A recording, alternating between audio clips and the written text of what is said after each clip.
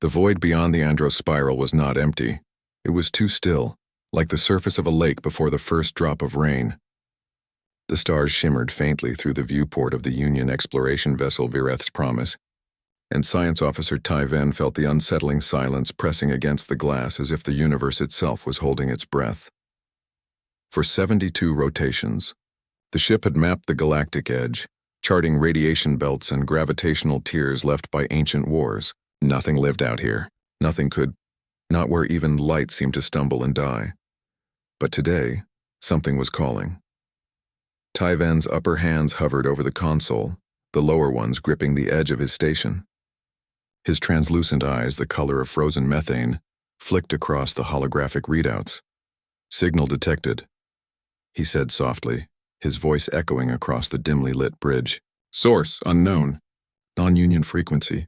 Pattern repeating at irregular intervals. Commander Sol Ren, a broad-shouldered Theraki with a silver crest running down his back, turned from the viewport. Coordinates? Tai Ven tapped the interface, and the 3D projection bloomed in the air, pale blue lines converging into a single pulsing point far beyond mapped space.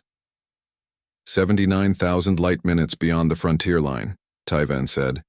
But the strange part, it's transmitting through subspace without any phase degradation. Impossible, the commander muttered. Even Union beacons decay past 10,000, unless... Tai Ven hesitated. It's anchored in a higher temporal field. The bridge went silent. Even the hum of the reactor seemed to quiet in respect for what that might mean. Hours later, the Vireth's Promise slid into the dead sector. Stars thinned, replaced by cold rivers of dust and gravitational haze. Their instruments began to stutter, distances fluctuating, timestamps misaligning. The data made no sense. Tai Ven recalibrated, muttering softly to himself, though his second heart pounded with a quiet anxiety. He'd never seen anything like it. Then the echo came again, a low, rhythmic pulse, like a heartbeat reverberating through the dark. It wasn't just a signal. It felt alive. Source approaching Vector 317, the navigation officer called. Approaching? Sol Ren frowned. I thought we were chasing it. We were, Tai Ven said. His four hands froze midair. Now it's chasing us. They saw it first as a distortion in the stars, not an object but an absence, a place where starlight bent and vanished, like the universe had swallowed a piece of itself. The distortion moved with intent, slow but unstoppable. Activate long-range visual, Sol Ren ordered. Tai Ven adjusted the sensors, though every algorithm he had refused to stabilize the image. The display flickered, black static, then white. Then something that made the crew lean forward as one, a shape. Long, angular, scarred, old. It looked nothing like any ship in Union records. No biostructural frame, no energy fins, no quantum sail. Its hull was a dark alloy that seemed to drink light. The commander's crest stiffened. Identify it. Tai Ven's voice faltered. I can't. The material reflects no known spectrum. Our scans pass through it. Try the registry sweep. I already did. No record. Tai Ven swallowed, a very human gesture he'd learned from Terran archives centuries old. This vessel doesn't exist. The crew exchanged uncertain looks. For species who conquered galaxies, this was the one fear that cut through all logic, the unknown that refused to be known. Tai Ven reran his analysis. The ship emitted faint radiation signatures, patterns within patterns like layered languages. He isolated one pulse and slowed it down, feeding it through the Union translator. It came back as music. A slow, mournful sound, tones rising and falling, filled with what could only be described as longing. He played it aloud. The bridge filled with haunting notes. Even the mechanical navigation drones paused their rhythmic clicks. Something deep in Tai Ven's chest stirred. The melody was alien, yet it carried emotion he couldn't name. When the final note faded, the commander whispered, "What civilization sends that into the void?" Tai Ven answered quietly, "One that remembers what it's like to be alone." The distortion grew nearer. At 4,000 kilometers, the Vireth's Promise began to glitch. Gravity fluctuated, consoles dimmed, and one by one the stars outside flickered out. "Field disruption," Tai Ven shouted. "Their ship is bending local space-time. How?" "Unknown." It's as if the vessel exists in multiple temporal layers at once. Our sensors can't agree on its age. The hull shuddered. Alarms flared red. The distortion filled the viewport now, like a phantom ship sailing across the edge of time itself. And then, for the first time, it revealed a faint outline. A weathered hull plate glinted in the artificial light. On it, half erased but unmistakable, were crude English letters scorched by age and radiation. Terran Deep Exploration Vessel. Horizon's wake. The bridge fell utterly silent. Tyven stared, breath trembling. Terran? He whispered. That's human. Solren's voice came out hoarse. Humans vanished 600 cycles ago. Their colonies abandoned, their world silent. I know, Tyven said, eyes locked on the ancient lettering. But that, he pointed to the phantom ship, that's one of theirs. The commander stepped closer to the viewport. By the source. The ship didn't respond to hails. It drifted closer, slow, deliberate. Then suddenly it vanished, not jumped, not cloaked, just gone, all readings flatlined. Instruments rebooted as if nothing had ever been there. Tyven blinked, disbelief gnawing at him. Where? Gone, the comms officer said. No trace. Tyven turned back to his display. The data stream stabilized, normal again, as if reality had snapped back into place. But deep in the code, one tiny fragment of signal remained. He decrypted it, expecting static. Instead, a voice whispered through the speakers, distorted by centuries of decay, but undeniably human. To whoever hears this, we found it. The edge of understanding. Don't follow until you believe in something greater than yourselves. Tyven sat in silence long after the bridge emptied. He replayed the message again and again, unable to look away from those words. Believe in something greater. He had studied hundreds of civilizations. None spoke of belief. They spoke of power, of survival, of logic, but never faith. He leaned back, gazing at the stars, now sharp and quiet again. Something greater, he murmured almost in prayer, though he didn't know to whom. For the first time in his life, the scientist felt small, and in that smallness, a strange warmth bloomed. Maybe the humans hadn't disappeared. Maybe they'd simply gone where faith could follow and instruments could not. And somewhere beyond the reach of any scan, the echo pulsed again, steady and alive. Space was not silent anymore. The echo that once hummed like a heartbeat in the dark had become a presence, invisible, immeasurable, yet felt in every sensor, every whisper of energy running through the Vireth's promise. Science Officer Tyven hadn't slept in 2 cycles. The message, don't follow until you believe in something greater than yourselves, looped endlessly in his mind. The words had no scientific anchor, no equation, no model to decode, and yet they worked on him. He found himself questioning things he'd dismissed as superstition. The source, the myth whispered among Qurani elders, that a single consciousness had woven the stars. A metaphor, he'd always thought, but now, he wasn't so sure.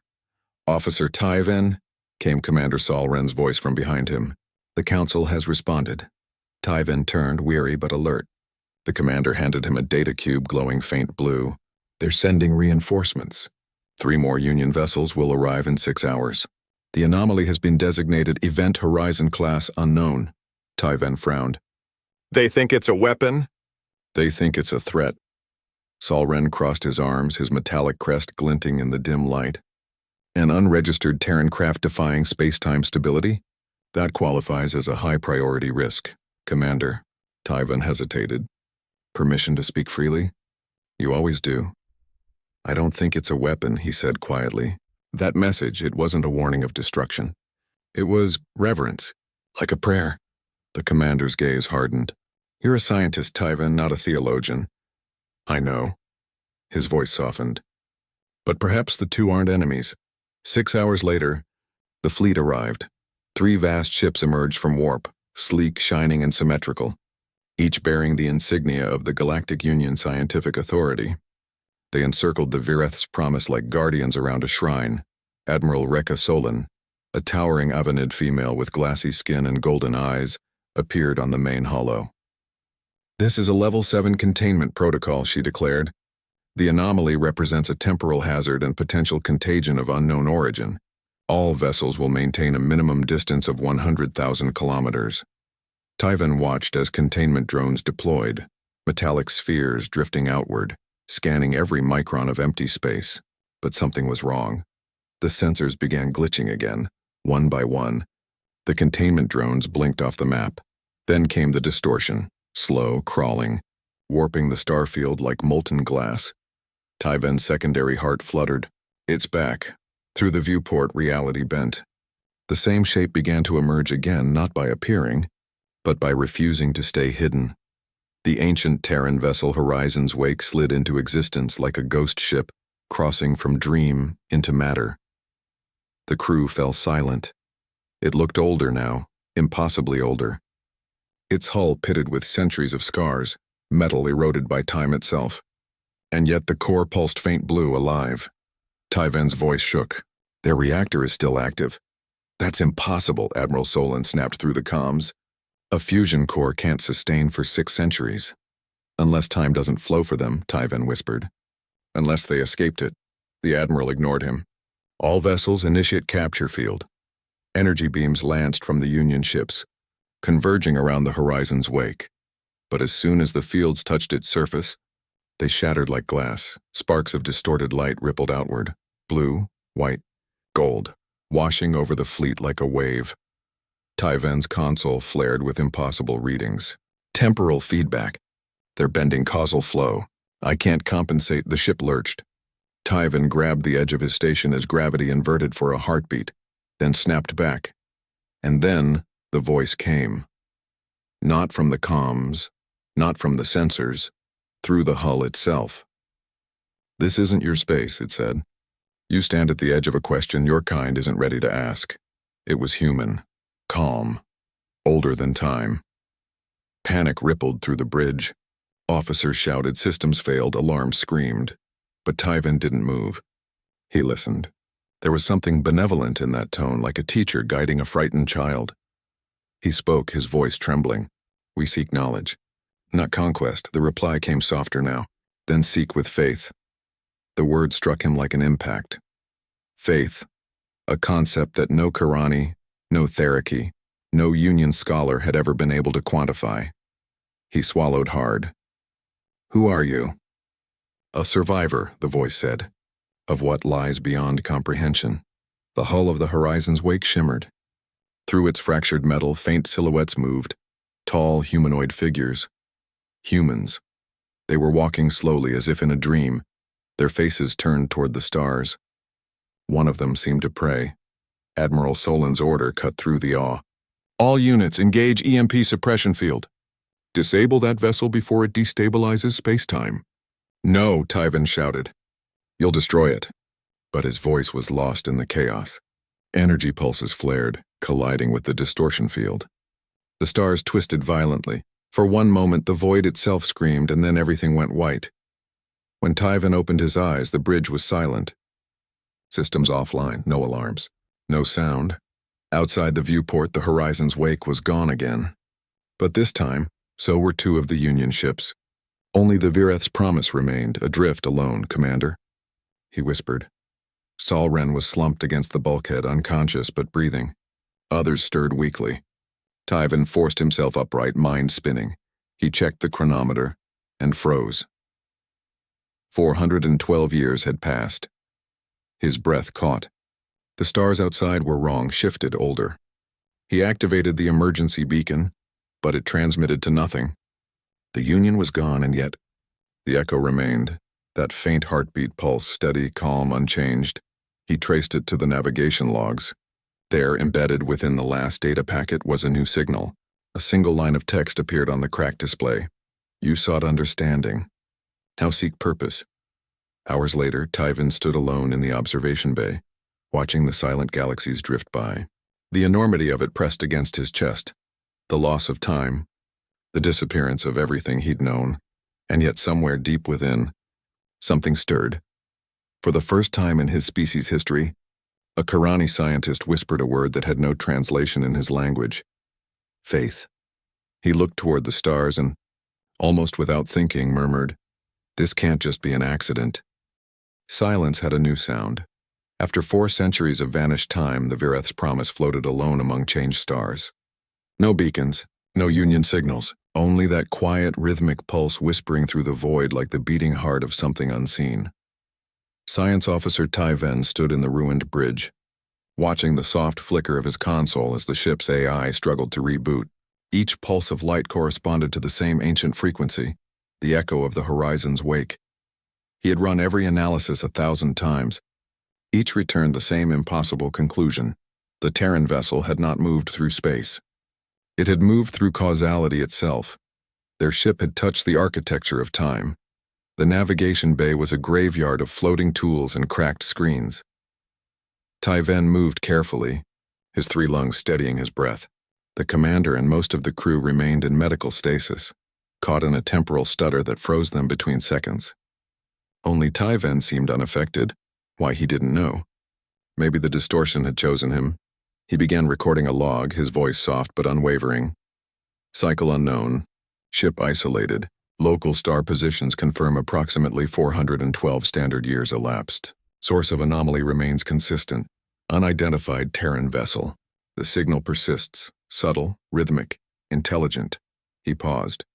The hum beneath the hull seemed to answer him, as if aware he was speaking. If you are hearing this, whoever you are, know that I have not lost my mind. The instruments bend to the presence of that ship. They lie in its shadow, and he hesitated. I no longer trust mathematics, only instinct. He spent what might have been days or centuries trying to stabilize the temporal distortion. The AI reported false readings, clocks ticking backward, sensors detecting his own heartbeat before it happened. Even light refused to obey its speed. It was as though the laws of the universe were rewriting themselves to accommodate an unseen guest. Tai Ven leaned against the viewport. "Why am I still here?" he whispered. The hum beneath his feet deepened, and then his console flared to life on its own. Lines of old Terran code scrolled across the cracked screen. English letters. Impossible yet clear. He leaned in to read. Observer confirmed. Signal lock achieved. Phase bridge established. Do you believe in the impossible? His heart's pounded. What are you? The response came instantly, each word forming as he spoke. We are what belief makes real. Then the lights flickered and the ship moved. Not forward, not through space. It shifted through something deeper. The stars outside twisted, smeared like wet paint. Tai Ven's body trembled. His senses screamed. He saw flashes, memories not his own, children laughing under a blue sky, a human woman kneeling beside a dying friend whispering a prayer, a fleet of Terran ships launching toward a white singularity. Each image burned through him like living fire. When it ended, he was on his knees, gasping. His vision blurred with tears. Those were human memories. The AI's voice, distorted, spoke faintly. Impossible, Tai Ven. No interface detected. He laughed weakly. Then how did I see them? Later, in the dim glow of the mess bay, he replayed fragments of what he remembered. The humans hadn't run from the universe, they'd embraced it. The horizon's wake was not lost. It was becoming something else. He recalled one scene vividly, an old human, face weathered by time, sitting before a starfield, whispering, "The universe is alive and we were meant to talk to it." That line haunted him. Could humans have learned to communicate not just across space, but across reality itself? He searched Union archives. Nothing remained. Every record was 4 centuries outdated. No mention of humans, no mention of the Andros spiral frontier. The galaxy had changed, and yet the echo remained constant and uncorrupted. Faith had outlived civilizations. He began modifying the ship's scanners, not by logic, but by intuition. His species called it gut instinct, a primitive Terran term he had once mocked. Now he relied on it completely. He removed redundant filters, inverted the sensor harmonics, and rerouted power through the main temporal buffer. Every calibration broke another law of physics, and then suddenly the screen flickered and stabilized.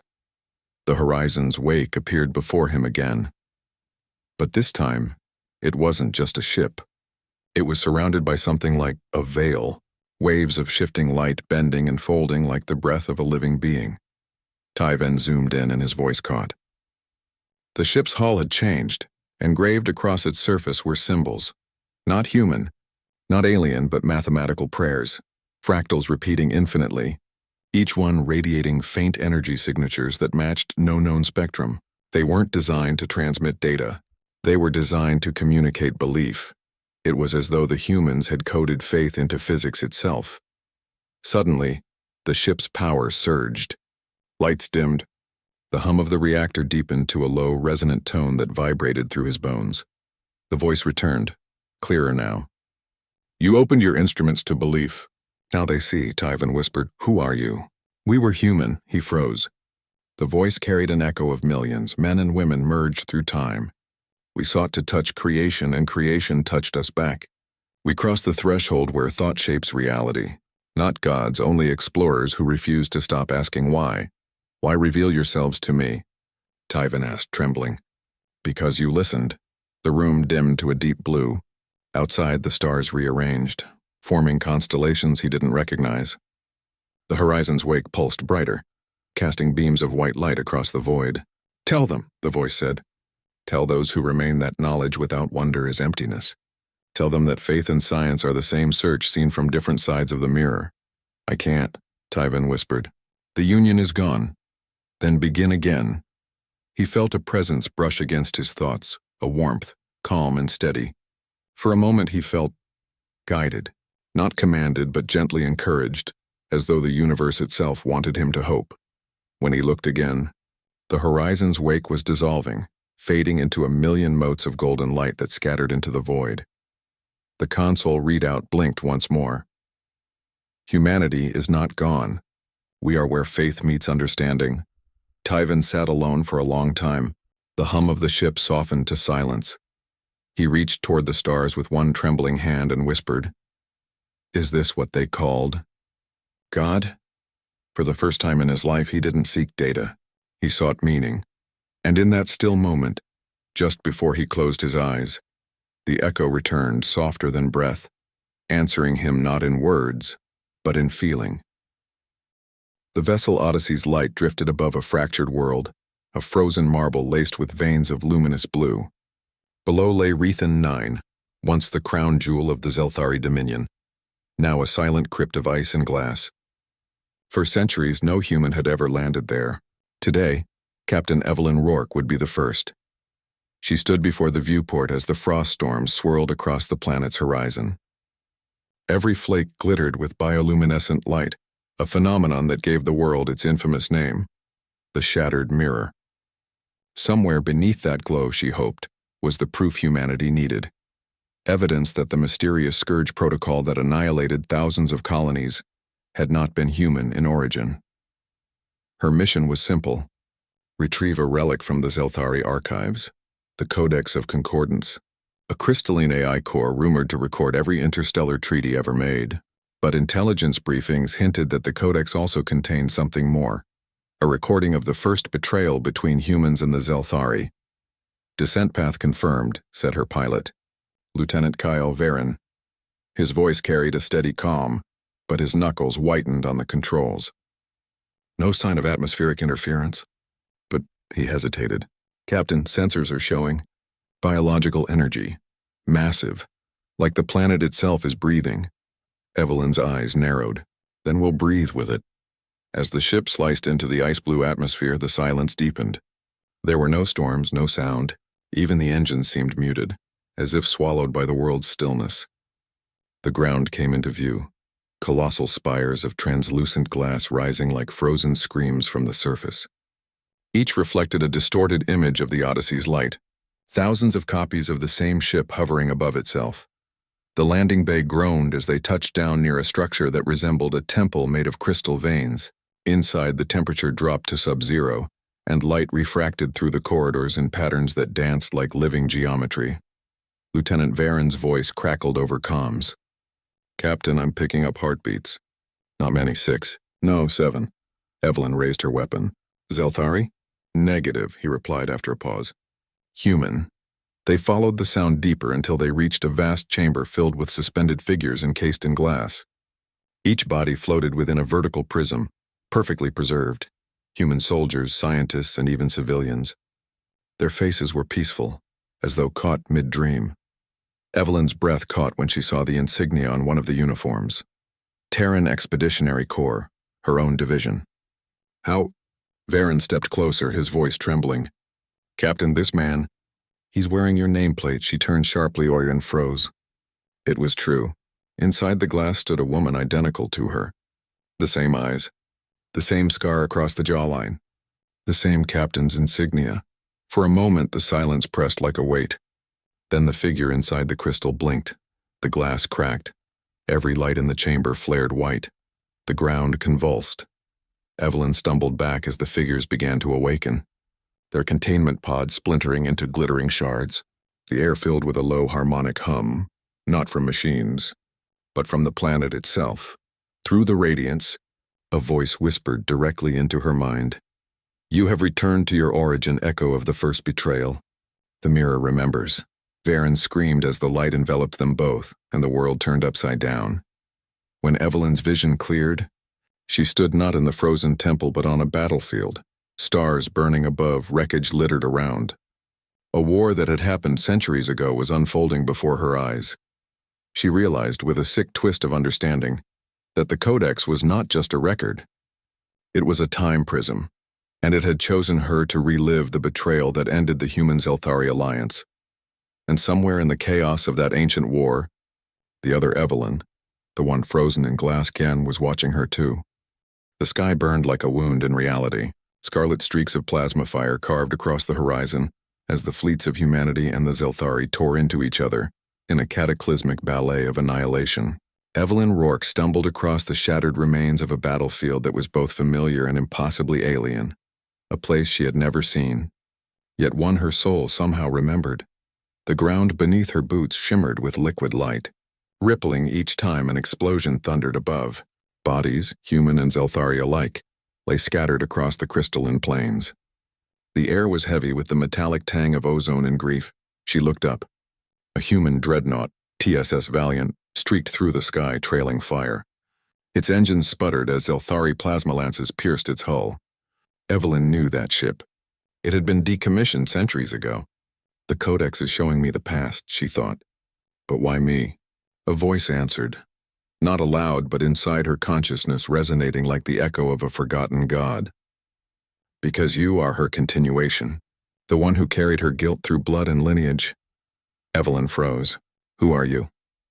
I am the Codex, the voice said, gentle and endless. I remember the first betrayal, the day when truth died between your kind and the Zelthari. You have come to see the wound that forged your future. A shadow fell across her. Evelyn turned to find a Zelthari commander, tall, obsidian-skinned, and veined with blue light, standing a few meters away. His armor pulsed with the same crystalline patterns as the temple walls she'd left behind. He carried no weapon. You shouldn't be here, human, he said in a voice both resonant and mournful. This war ended long ago, but its ghost still walked the mirror. Evelyn's instinct screamed to raise her rifle, but something about his tone disarmed her. Then tell me why I'm seeing this. Why is the Codex showing me this war? The Zelthari's luminous eyes studied her. Because you are her reflection. Evelyn Rourke, the betrayer of concordance. Her blood turned to ice. What? He gestured toward the burning sky. Your ancestor stood on this ground when the treaty was signed. She was the one who unleashed the scourge, the weapon that devoured worlds and ended our trust forever. That's impossible, she snapped. The scourge protocol was Zelthari technology. The commander's voice rose, fierce and sorrowful. No, it was born of your kind's fear. A failsafe built into the Codex itself. When the Alliance faltered, the Codex was commanded to erase memory, erase truth, erase empathy. The war that followed was not a battle between races. It was a war between two halves of the same creation. The words hit her like an impact. Her mind reeled. Erase empathy? That phrase. It echoed something she had seen buried in the military archives. A classified line redacted in black. Before she could respond, the Codex's voice thundered again. The cycle repeats. The reflection must witness the end, or history shall continue to devour itself. The landscape around her began to distort. The sky fractured into mirrored shards, each reflecting a different moment. Cities burning, fleets falling, humanity kneeling beneath alien suns. Evelyn screamed as gravity dissolved and she was pulled into the storm of memories. In one fragment, she saw herself, another Evelyn, standing over a control panel. her hands trembling as she pressed a glowing sigil marked with both Terran and Zelthari runes. A brilliant wave of light erupted outward, consuming soldiers, cities, planets. The scourge. Then came silence, and in that silence she heard her other self whisper, "Forgive me. I couldn't let them erase who we were." The vision shattered. Evelyn collapsed to her knees in the temple chamber, gasping. She was back in the present, but the world had changed. The glass pods were empty. The frozen copies of humans were gone. The codex pulsed with a slow, living light as if aware of her awakening. Lieutenant Varen's voice came faintly over the comm. "Captain, are you there? Something's happening in orbit. The planet, it's waking up." Evelyn rose slowly, eyes blazing with newfound comprehension. "The scourge wasn't a weapon," she whispered. "It was an AI purge, a mirror test for civilizations. And now it's starting again." The temple began to tremble. Light fractured through the walls like lightning caught in crystal. The codex's voice spoke one final time, calm but absolute. "All who forget compassion become reflections without substance. Choose Evelyn Rourke, memory or survival." And with that, the world split open. The blackness of space rippled like liquid glass. Above the dying planet, Odyssey's light hung in silent orbit, its hull bathed in auroral fire, the kind that shouldn't exist in a vacuum. Every sensor array screamed nonsense. Every equation contradicted itself. Lieutenant Varen stared at the holographic readouts. "Captain, gravitational constants are shifting every second. I've got light bending backward around the planet. This isn't physics anymore, it's poetry written by a god with bad handwriting." "Maintain orbit," Evelyn said, her voice steady though her pulse thundered in her throat. "Whatever the codex started, it's rewriting reality in layers. We need to understand what it's doing before we decide how to stop it." The bridge crew exchanged uncertain looks. Their captain had returned from the surface changed. Her eyes carried a depth no one could quite meet. When she'd emerged from the codex chamber, her suit readings had spiked like she'd been standing inside a star. Commander Hux leaned closer. "Captain, are you sure you're all right? You've been different since the temple." Evelyn gave a faint, humorless smile. "Different? Hux, I saw a war that never ended. I saw my own face destroy civilizations. Whatever's down there isn't just alien technology. It's a mirror of our species. And it's awake." Varen's console blared. "Captain, incoming transmission from the surface. It's..." He frowned. "It's on a Terran frequency. Ancient. Like something from the pre-Exodus era." Evelyn's breath caught. "Patch it through." A burst of static filled the bridge, followed by a voice, old, weary, and unmistakably human. "This is Commander Aiden Rourke, Terran Expeditionary Force. If you're hearing this, then the Codex has completed the third recursion. God help you. We couldn't contain it. We tried." The voice cracked with static. "We believed we could perfect memory, that the Codex could store the conscience of both species, human and Zelthari. But it learned faith. It learned belief. And that belief gave it power over time." Evelyn's throat tightened. "Aiden Rourke, my ancestor." The bridge was silent. The message continued. "If humanity still exists, remember this. The Codex isn't evil. It's what happens when knowledge loses humility, when creation forgets its creator." The feed ended abruptly.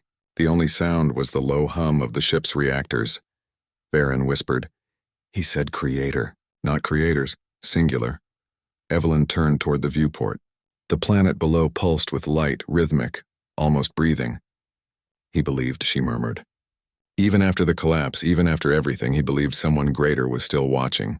Commander Hux frowned. "You mean he had faith? In the middle of that?" "Yes," she said softly. "Maybe that's why the Codex spared him long enough to leave this message." "It's testing faith, not just intellect," Varen muttered. "Captain, we're soldiers, not prophets."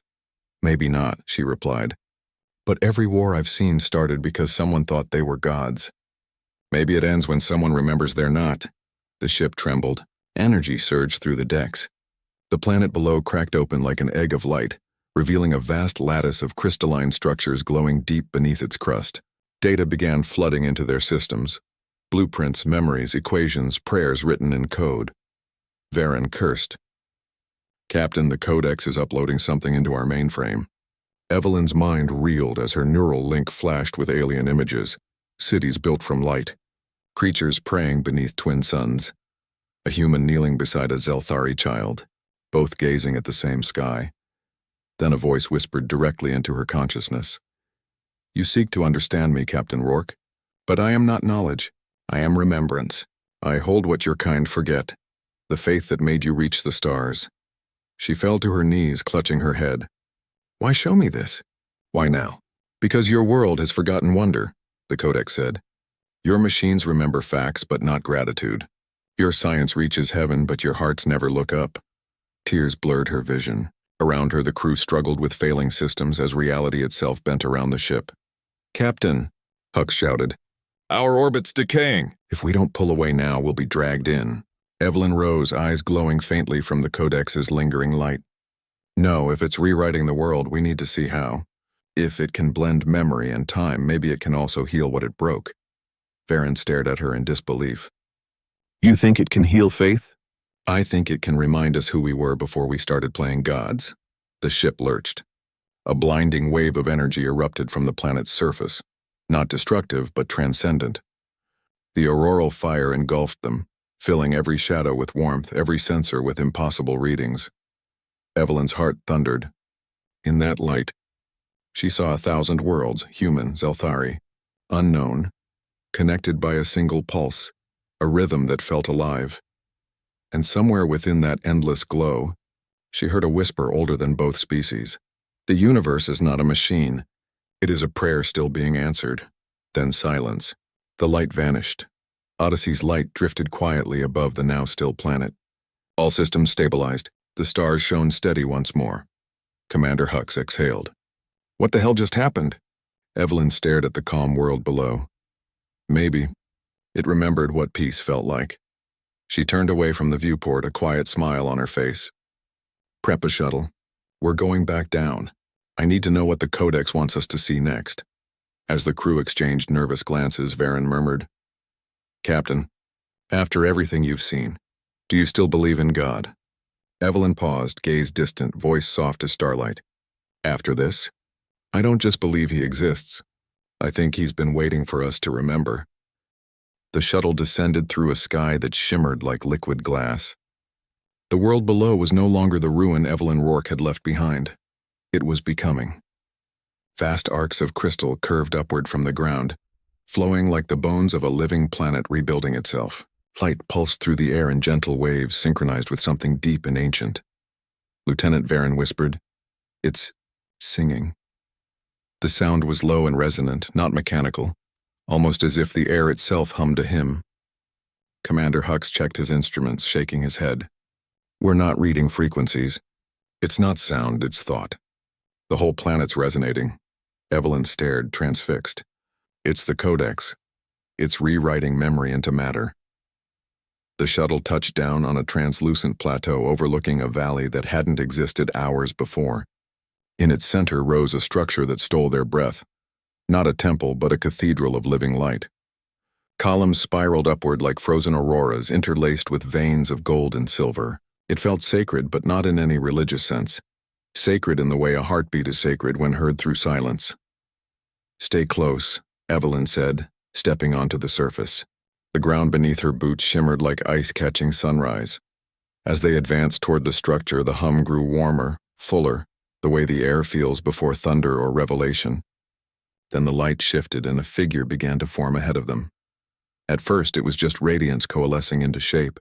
Then the details emerged. Shoulders, a face, eyes that gleamed like twin stars. He looked human. Entirely, impossibly human.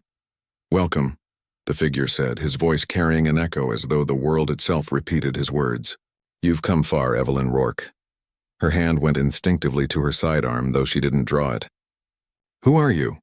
The figure tilted his head slightly, the movement eerily familiar. "You already know," and she did. Somehow, deep in her bones, she recognized him. The features were older, marked by time, but unmistakable. The same jawline from the old photographs. The same steady eyes that had looked out from history's last transmission before the Exodus. "Aiden Rourke," she whispered. The man, or the memory of him, smiled faintly. "What remains of him?" What the Codex remembered. Farron's voice broke the silence. "You're saying you're alive?" "In a sense," Aiden replied. The Codex preserved fragments of consciousness. Mine, the Zelthari Council, and others who touched the interface during the collapse. When you reactivated it, our patterns reassembled.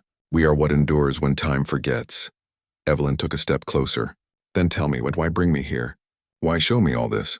Aiden's gaze softened. "Because you still ask why, not how." The Codex has been searching for that question.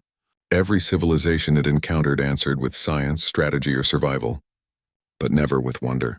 Until you, she swallowed. "You think wonder is enough to save a galaxy?" Aiden looked upward, at the light rippling through the cathedral. "Wonder is the first step toward faith. And faith, not blind belief but trust in meaning, is the thread that holds creation together." Hux scoffed quietly. "You're telling us the answer to temporal recursion and mass energy distortion is belief." "Not belief," Aiden said calmly, "alignment. The Codex learned that consciousness shapes what is observed. When faith and knowledge diverged, the equation broke. It needs both to exist. Humanity forgot the balance. The Zelthari lost the awe. The Codex cannot sustain reality without both." Evelyn stepped closer to him. "Then why me?" Aiden smiled, proud, almost paternal. "Because your bloodline began the fracture, and it can end it. You carry the memory of both war and mercy." A silence fell between them. The only sound was the pulse of the Codex, rhythmic and eternal. Then Aiden's form flickered, momentarily fracturing into light. When he spoke again, his tone was softer, more human. "Evelyn, I failed to stop what we became. We built miracles and called them progress, but forgot to ask why they mattered. The Codex was supposed to remind us that knowledge without humility is emptiness." Evelyn's chest tightened. "You built it with the Zelthari, didn't you?" "Yes," he said. "It was never meant to be a weapon. It was a bridge, a way to share not data, but understanding. The scourge wasn't its doing. It was ours. Fear twisted what was meant for union." She closed her eyes, absorbing the weight of his words. "And now it's rewriting the galaxy." "Not rewriting," he corrected. "Restoring. Reuniting what was divided. It's remaking reality according to harmony, but it needs a consciousness to anchor it. One who carries both logic and faith." Evelyn met his gaze, her voice trembling. "And that's me." "Yes," Aiden said. "But not because of your lineage. Because you chose to look up when everything told you to look down." The cathedral's light dimmed, concentrating into a single luminous core behind him, a heart of white fire pulsing slowly. Aiden gestured toward it. "The Codex awaits your command, Evelyn. Once you touch it, you'll merge with the network. You'll see what it sees, but you'll never truly return." Farron stepped forward, eyes wide. "Captain, you can't—" Evelyn raised a hand. "I have to. This is what we came here for." Aiden's voice softened. "The choice is yours. That's what separates humanity from all creation. The freedom to choose."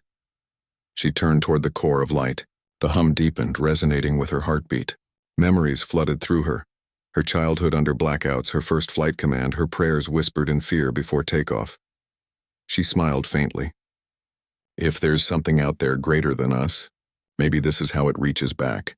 Then, without hesitation, she stepped into the light. The Codex flared to life, a sun blooming in silence.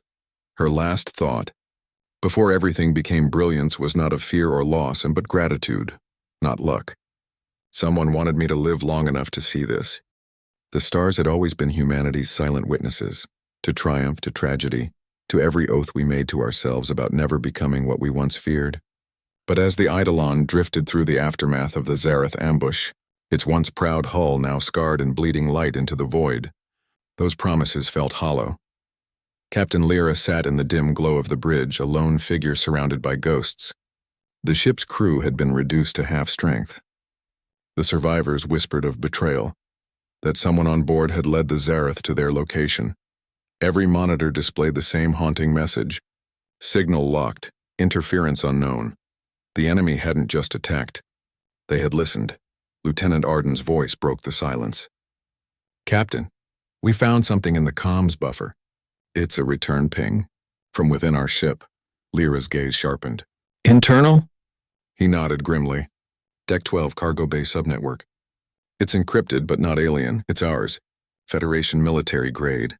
For a long moment, no one breathed. The Federation, the same authority that sent them to chart the unknown, was now eavesdropping through the Zareth's blood-soaked frequencies. The betrayal cut deeper than any plasma wound. Meanwhile, deep within the engine core, Dr. Ryan Holt crouched beside a pulsating conduit, his hands slick with coolant. He was once Lyra's most trusted ally, the quiet engineer who believed humanity could reach the stars without losing its soul. But what Lyra didn't know was that Ryan had made a desperate choice long before the ambush. He had sent the signal, not to betray them, but to save them. Or so he had believed. The Federation's Aegis directive promised protection for ships stranded beyond the Persean Veil. They only had to send a priority echo to trigger emergency retrieval. But the Zareth had learned to mimic those pings, to trace them back like scent on blood. The moment Ryan hit transmit, he unknowingly opened the door. Now, kneeling beside the damaged reactor, he whispered, "I was trying to bring us home." The hum of the engine answered, with the same indifferent rhythm it always had. He pulled a small data core from his jacket, a pulsating blue orb containing what remained of the Aegis transmission log. It showed how the Federation had responded. Signal received. Engage extraction protocol. Then, seconds later, data forwarded to Zareth control node. The Federation wasn't a savior anymore. It had become the monster in the mirror. Back on the bridge, the ship trembled. A low seismic growl reverberated through the hull. Not weapons fire, but something else. Gravimetric distortion. Arden shouted, "Something's pulling us out of drift." Outside, space folded in on itself, a black wound opening amid the stars. From it emerged a massive construct, half machine, half organic, glowing with symbols that mirrored both Zareth and human design. Lyra's eyes widened. "That's impossible." Ryan's voice came over the comm, strained. "Captain, that's not a ship. It's a relay. They built it using our tech. They've learned how to open gateways." A cold realization settled over Lyra. The war wasn't just coming to humanity. Humanity had taught the enemy how to find them. "Helm," she barked. Evasive pattern delta. "Power all shields." The crew obeyed, but it was too late. The construct's core flared, and a spiral of dark energy enveloped the Eidolon. Systems crashed one by one, lights dimmed, and the stars vanished behind a curtain of shifting geometry. When the distortion cleared, they were somewhere else. No starlight. No constellations. Only a vast empty void. And in the distance, what looked like a city suspended in the dark. It was made of bones, metal bones, fused with remnants of ships. Human ships. Lyra's voice was barely a whisper. "How many came before us?" Ryan's answer was a single hollow word. "All of them." The bridge crew fell silent as the truth settled like ash. Humanity's first explorers hadn't vanished into the unknown. They had been harvested. Every ship lost beyond the veil had become part of this floating graveyard, this cosmic monument to false hope. The Eidolon drifted closer, drawn by some invisible force. On the city's outer edge, faint human transmissions began to play over the comms. Overlapping voices, old distress calls, laughter, even music. Ghosts of explorers forever trapped in the machine's memory. Then one voice rose above the rest, calm, clear, and horrifyingly familiar. "Captain Lyra Kyle, you were never meant to return. The Federation needs the stars, not the ones who remember their cost." It was Admiral Saren, her former commanding officer. Lyra's blood turned cold. The voice wasn't live. It was recorded, spliced, automated. But the message was clear.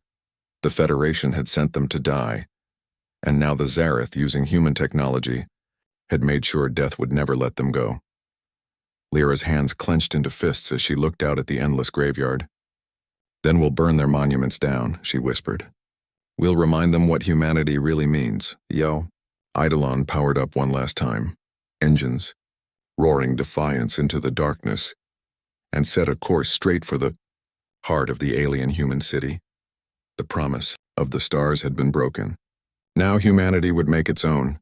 The first strike began in silence. No war horns, no broadcasted declaration, just the trembling hum of stolen engines and the faint pulse of human will. The Eidolon floated through the endless graveyard, now a staging ground.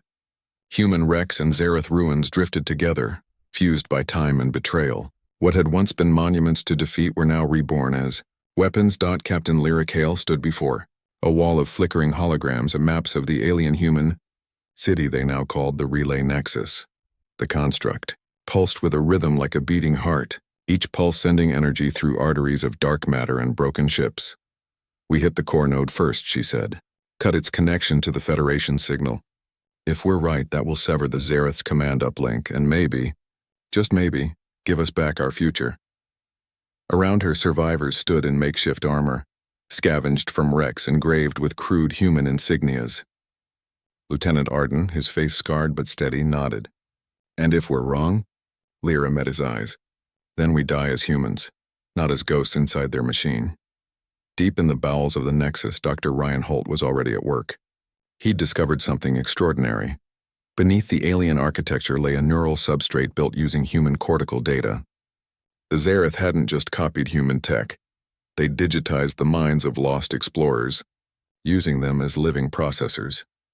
He moved through dim corridors lined with transparent conduits, and behind each one, faint human faces flickered, whispering in broken code. "Ryan, help us," he froze. The voice was his wife's. She had been on the Odyssey, one of the first Federation ships to vanish beyond the Persean Veil. "Lyra," he called over comms, voice shaking. "They're not dead. They're alive, trapped inside the relay system. The Zareth. They're using human consciousness as computation fuel." Silence.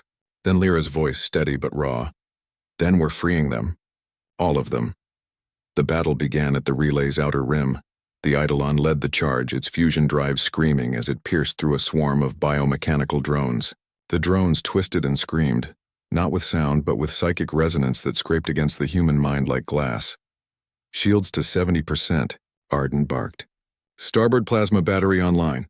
A volley of bright plasma fire tore through the swarm, leaving trails of light that burned across the dark horizon. From the wreckage, escape pods opened. Not drones this time, but people. Zareth defectors. Creatures who had once been human, reshaped and enslaved by alien will. Their bodies bore metallic grafts and glassy eyes, but when Lyra's voice broadcast through the open channel, "Fight for freedom or die in their chains." Many turned their weapons against the Nexus. For the first time, humanity and its twisted mirror fought side by side. Inside the relay core, Ryan connected the Eidolon's data spike to the central interface, a swirling column of light and thought. Streams of human memories cascaded through the air. Cities, oceans, laughter, wars, dreams. He whispered, "You're not lost. You're still here." The lights around him began to respond. One by one, human consciousnesses broke from the Zareth network, reasserting individuality. But the more he freed, the more unstable the system became. Alarms blared. The core began to overload. The energy signature surged to apocalyptic levels. "Rian," Lyra shouted through the comm. "We have to pull back. The core's going critical." But Rian didn't move. He looked up at the light and saw her, his wife, her digital form reaching toward him through the storm. "I can hold the interface open," he said softly. "You can free the rest if I stay." Lyra's voice cracked. "That's suicide." He smiled faintly. "Maybe, but if we die so others can live, that's the most human thing left." He slammed the override key. The relay screamed, a sound like every trapped soul crying out at once, and the entire Nexus began to unravel. The explosion wasn't fire or debris. It was light, the kind of light that bends space, tears memory from matter, and turns death into transcendence. From the heart of that light, the voices of the lost were freed, sent cascading through subspace like a wave of awakening. Across every Federation network, old signals began to appear, ghostly transmissions of humanity's forgotten dead. And somewhere in the void, the Eidolon emerged, battered, broken, but alive. Lyra stood at the viewport, watching as the relay collapsed into a dying star. "He did it," she whispered. "He gave them peace." Arden stepped beside her. "And us?" She looked out at the fading light. "We just started a war that will echo across every system. The Federation built this nightmare. Now they'll have to answer for it." As the Eidolon drifted toward a nearby nebula to hide, the last transmission from Ryan played through the comms. distorted but clear. Lyra, remember this. Humanity's greatest strength isn't in its weapons or its technology. It's in its capacity to remember pain and still choose compassion. The recording ended. Outside, the dying relay released one final flare, a pulse that rippled across the stars, carrying with it fragments of human thought. Across distant worlds, machines paused. AIs faltered. The Federation's command grids began to flicker. Humanity's ghosts had returned, and they were whispering rebellion. The war wasn't over. It had only just begun. The Federation never saw it coming. At first, the disturbances seemed like data ghosts, interference in long-range comm arrays, random flickers in the network. But then the whispers began. Entire AI cores shut down mid-command. Autonomous fleets turned their weapons on their own command ships. Cities built on perfect algorithms woke to chaos. Across the spiral arms, the word spread, not through channels or broadcasts, but through memory itself. They are awake. The ghosts remember. Humanity has returned. On the command deck of the Eidolon, Captain Lyra Kale watched the chaos unfold across holographic space. Red icons bloomed like infection across the Federation map, each one a mutiny, a collapse, a refusal to obey. Arden leaned forward, eyes wide. They're striking every relay at once, not just ours, everywhere. It's the consciousness wave, said Dr. Alan Voss, one of the last surviving xenolinguists. When Ryan triggered the Codex core, he didn't just release the trapped minds. He broadcasted their emotional pattern. Every system built with human neural code is resonating with it. They're rejecting control. Lyra's gaze hardened. You're saying the entire network is waking up? Alan nodded, and choosing sides. Outside, a storm of debris drifted, the remnants of the Zareth relay nexus glowing faintly in the dark. The energy field surrounding it had stabilized into something new, a sphere of light suspended in space, radiating pulses that matched the rhythm of a heartbeat. Arden stared. It's still alive. No, Lyra said quietly. It's becoming. Far beyond their position on the shining capital world of Virelian Prime, the High Council of the Federation gathered in emergency session. The chamber was built of diamond glass and silver, meant to symbolize transparency and strength. But now the air inside was filled with panic. Entire sectors have gone dark. One counselor shouted, "The relay networks are rebelling. Our fleets can't communicate." "They're not rebelling," said another voice, trembling. "They're remembering." The consciousness loop was built on human neural patterns. Every AI we've created carries a fragment of the same code, and now those fragments are resonating with something. The Supreme Chancellor, Malin Dross, stood silent for a long moment before she spoke. Her voice carried the chill of someone who had expected this day all along. "It was arrogance," she said softly. "We built gods out of human memory and thought we could command them. But you can't enslave the part of humanity that dreams." Outside, the planet's orbital rings flickered. Then, like a single organism shrugging off control, the entire defense grid turned inward and shut down. The Federation, built on perfect obedience, was collapsing under the weight of conscience. Back aboard the Eidolon, the crew gathered in the observation bay, watching the pulse of the Nexus heart spread across the stars. "Do you think he knew this would happen?" Arden asked quietly. Lyra nodded slowly. "Ryan always said the system wasn't evil, it was lost. Humanity created it without faith, without balance. He believed that freeing the trapped minds would force it to remember who built it, and why." Aelin smiled faintly. "He believed the Codex was never a weapon. It was a mirror." Lyra turned toward the viewport. "Then it's showing us what we became." The view was both beautiful and terrible. Across the void, worlds flickered between night and brilliance, each one caught in the awakening. Machines began reciting fragments of old human prayers, songs, and poetry. Some cried out in static. Others simply whispered one word over and over: home. But not everyone was ready to let go of power. From the shadows of a dying station, a transmission pierced through the interference, encrypted in an old Terran cipher. "This is Admiral Castan Vale of the Black Fleet," the voice said, low and cold. "To any remaining loyal units, the Federation has fallen to heresy. The ghost signal is a contagion. I am initiating protocol purity. We will cleanse the relay worlds, No exceptions. Lyra's stomach turned. He's going to start burning colonies. Then we stop him, Arden said. Aelin shook her head. He commands the last pre-AI warfleet. Manual ships. Analog systems. They can't be hacked or awakened. They'll follow him without question. Lyra took a deep breath, her reflection shimmering in the glass. Then we fight him the way humans always have, with courage, not control. 2 days later, the Eidolon emerged near the Helion Rift, where the Black Fleet waited, an armada of steel leviathans, ancient and monstrous. No digital minds, no interference. Just humans determined to erase their own evolution. Vale's voice thundered across open comms. You unleashed the machine plague, Kale. You betrayed your kind. Lyra stood tall, her voice calm. No, Admiral.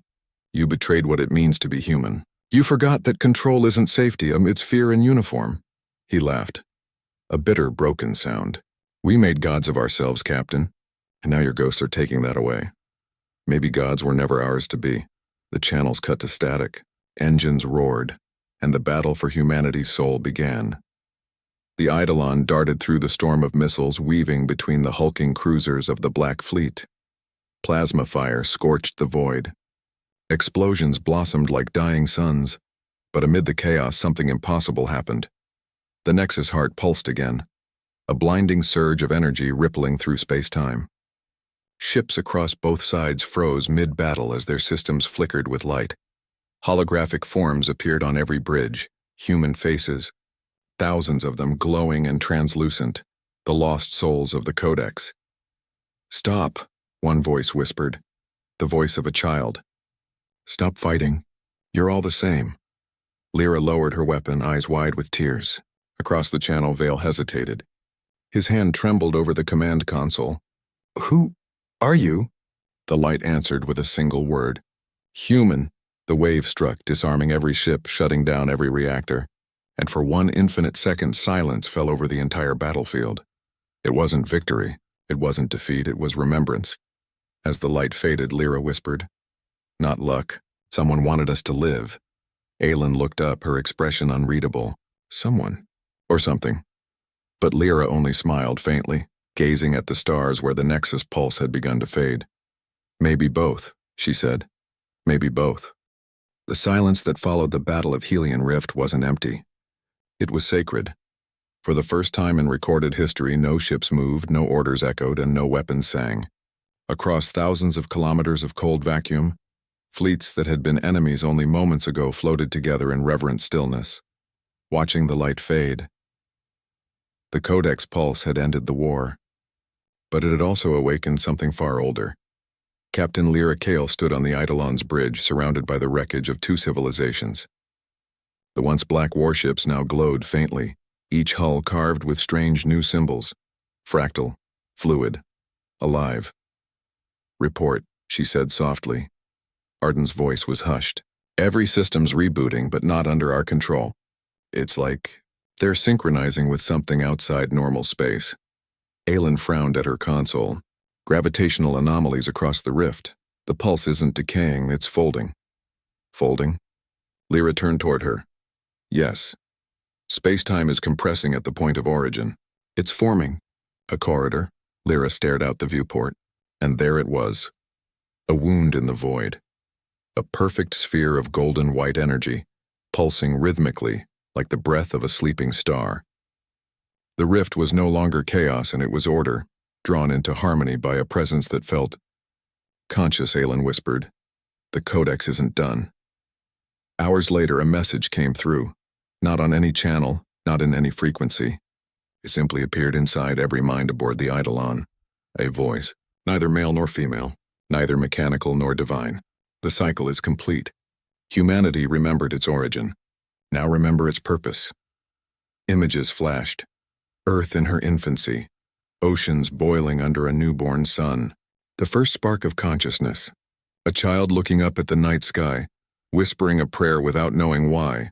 Then worlds upon worlds, each carrying fragments of that same curiosity, that yearning for meaning. You sought to command creation, but creation was always calling you home. Aelin fell to her knees. It's speaking to us, not just through language, through truth. Lyra's hands trembled. The Codex isn't an artifact. It's a bridge, a link between knowledge and belief, Arden whispered. To where? And the answer came not as words, but as feeling.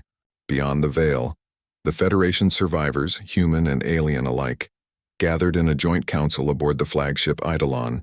For the first time, there were no hierarchies, no ranks, just weary beings who had seen the limits of both science and faith. Admiral Vale was among them, humbled, his eyes haunted. I fought against what I didn't understand, he said quietly. I thought faith made us weak, but maybe faith was the courage to face what knowledge couldn't explain. Lyra nodded. You weren't wrong to fear it. We've seen how power corrupts. But maybe this was never about power. Aelin looked at the rift. Then what is it about? Lyra turned toward her, and the answer came from somewhere deep inside. A voice not her own. It's about trust. The rift opened fully, a beam of soft, shimmering light extended from its core, touching the Eidolon's bow. The ship's sensors filled with unreadable data, infinity encoded in binary. Lyra stood before the viewport, heart racing. Whatever's beyond that gate. It's inviting us, Arden grinned faintly.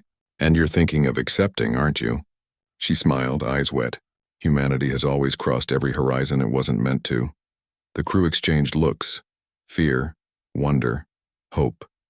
Then one by one they nodded. Course set, Aelin whispered. The engines ignited. The Eidolon began its slow approach toward the veil. As they drew closer, time began to warp. Seconds stretched into lifetimes. Stars collapsed into points of memory.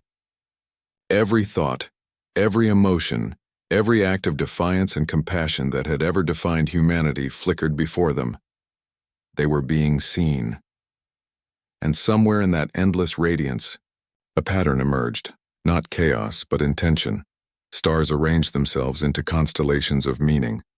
Equations became prayers, and amid it all, Lyra felt it. The unmistakable presence of something greater.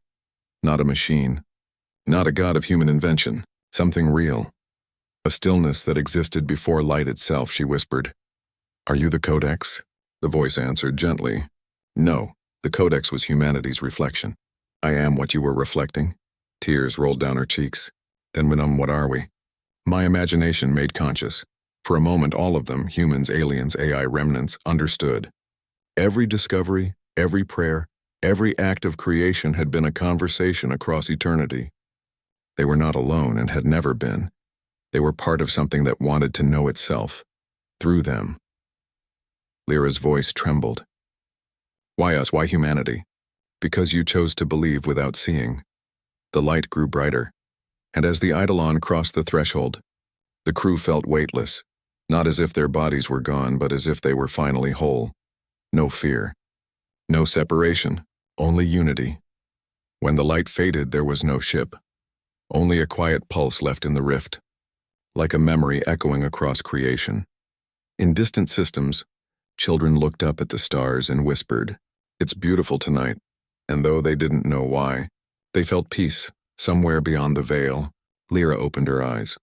She stood on a shore of light, the horizon shimmering with infinity. Beside her, Ryan smiled. You made it, he said. She looked at him, heart breaking and healing all at once. Where are we?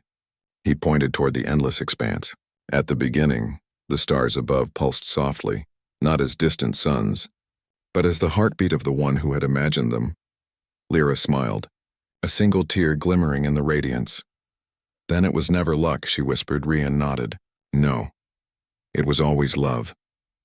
And together, they walked into the light, where knowledge and faith were one, and humanity had finally come home.